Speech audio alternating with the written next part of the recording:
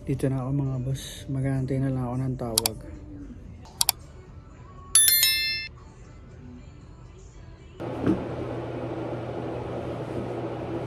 Tatanggal dito ng sapatos mga boss. Pagpapasok sa loob.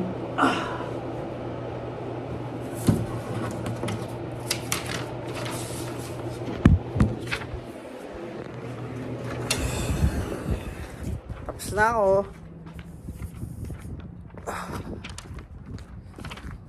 Tabigay sa akin.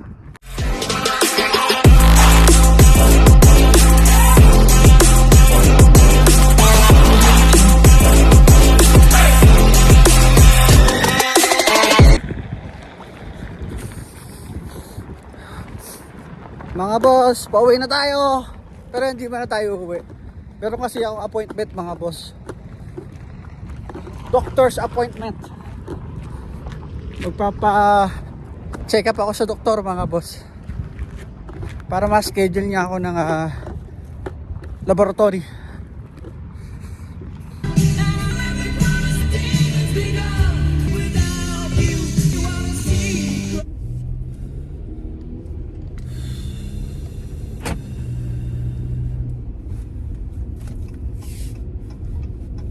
Punta tayo ngayon ng clinic mga boss.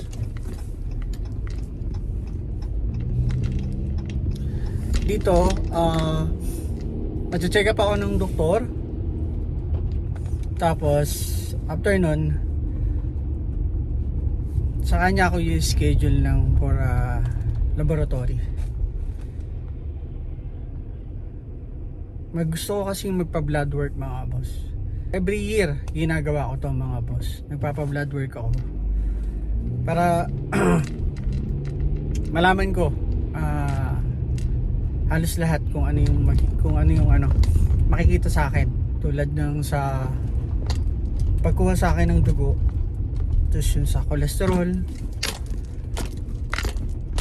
sa diabetes, at marami pang iba.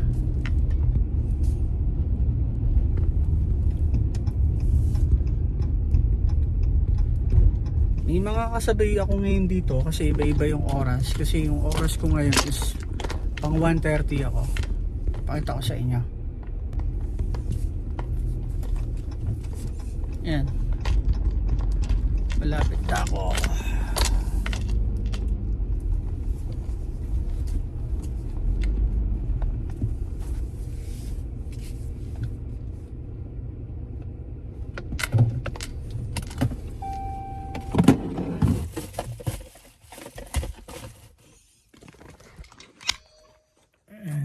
Dito tayo pupunta.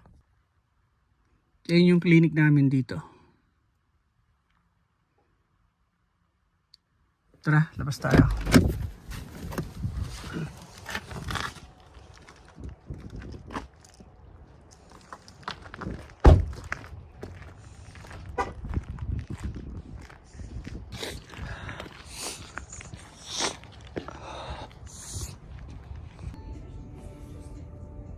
Dito na ako mga boss. Mag-aantay na lang ako ng tawag. Bali, dalawa lang kami dito. Tayo sa waiting area.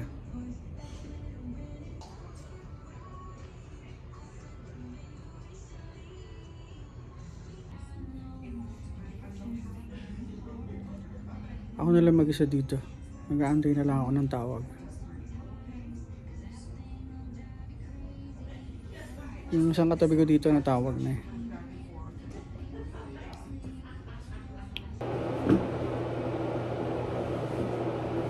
Tatanggal dito ng sapatos mga boss. Pagpapasok sa loob.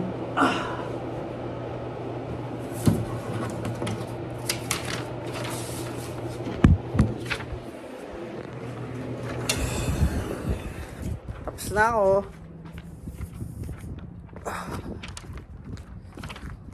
Tabigay sa akin.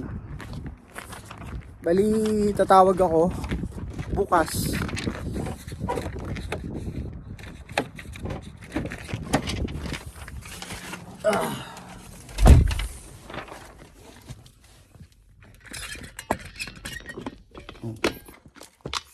Ayan. Tatawag ako ng Monday at para makapagpa-schedule ako sa laboratory. Meron na akong dala na papel galing sa doktor. Dr. Michael. Canadian siya mga boss. May doktor talaga ako, Pilipino. Medyo nakalib siya ngayon. Matagal. Ilang buwan na akong hindi nakakapagpa-check up sa kanya. Wala kasi siya. Kaya ibang doktor muna ako nagpa-check up.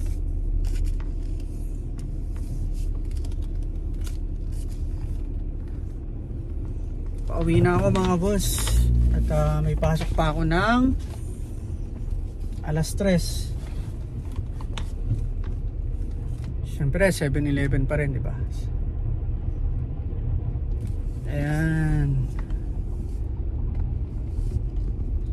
So mahigit 7 years na ako dito. 7 years ko na itong ginagawa na nagpapa-blood work ako every year. Malaking tulong kasi ito mga boss, lalo na dito sa nasa ibang bansa ka. Tapos libre pa, di ba?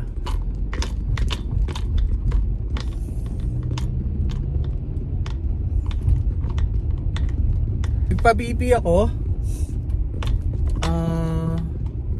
123/83. Oh, di ba?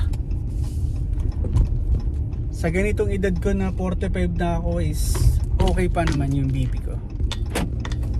Kasi sabi nila pag daw nagkakaedad na yung tao, medyo tumataas na yung BP mo, parang yun yung pinaka-normal mo na. Hindi ako sure, parang yun lang yung pagkakaintindi ko. Pero mas mainam pa rin yung normal talaga, 120/80. Dati wala akong pakialam sa sarili ko, sa kalusugan ko nung bata-bata pa ako. Pero ngayon nagkaedad ako at mula nung ako ay nagsimulang magkaroon ng high blood at may maintenance ako, naging concern ako, naging health conscious na ako mga boss. Lalo na pagdating sa mga pagkain at sa pagpupuyat, talagang binawasan ko na yan. Yung bang gusto mo pong manood ng TV sa gabi pero kinukontrol mo na yung sarili mo. Kasi dahil alam mo na, kasi na-experience ko kapag yung talagang late na ako natulog, alas 12, alauna, ayan, pagising ko, gigising ka ng alas 4 na madaling araw o alas 5 kasi may trabaho ka ng madaling araw. Ilang oras lang titulog ko, di ba? So yun yung nangyayari sa akin. Sabi ko, nag-control ako na hindi dapat gano'n.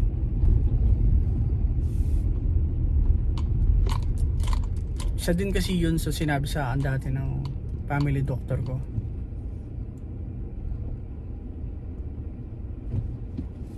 Yung pag-inom ng alak, ganyan, yung sobrang pag-inom, lalo na yung mga beer, ganyan. Pagkain ng sobrang matataba, mamantika.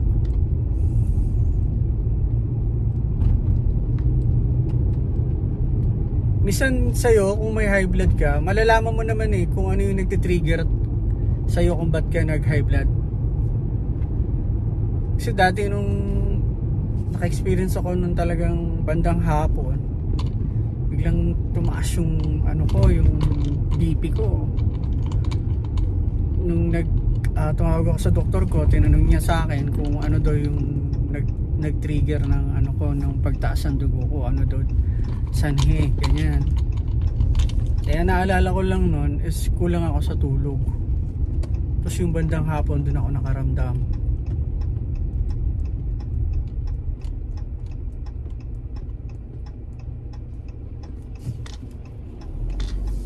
Sa Pilipinas, napakamahal. Magpapacheck up ka pa lang sa doktor. Ang mahal-mahal na. May bayad yung check up. Kaya dito nilulubos-lubos ko na mga boss. Dito na ako sa bahay mga boss.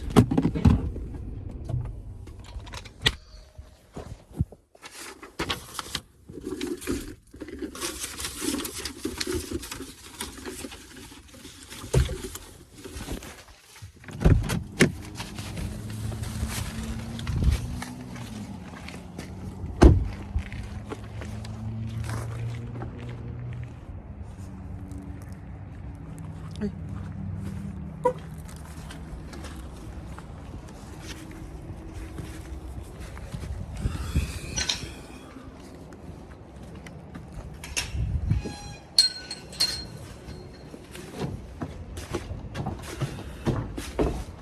Pahinga lang ako konti tapos pasok na tayo ulit.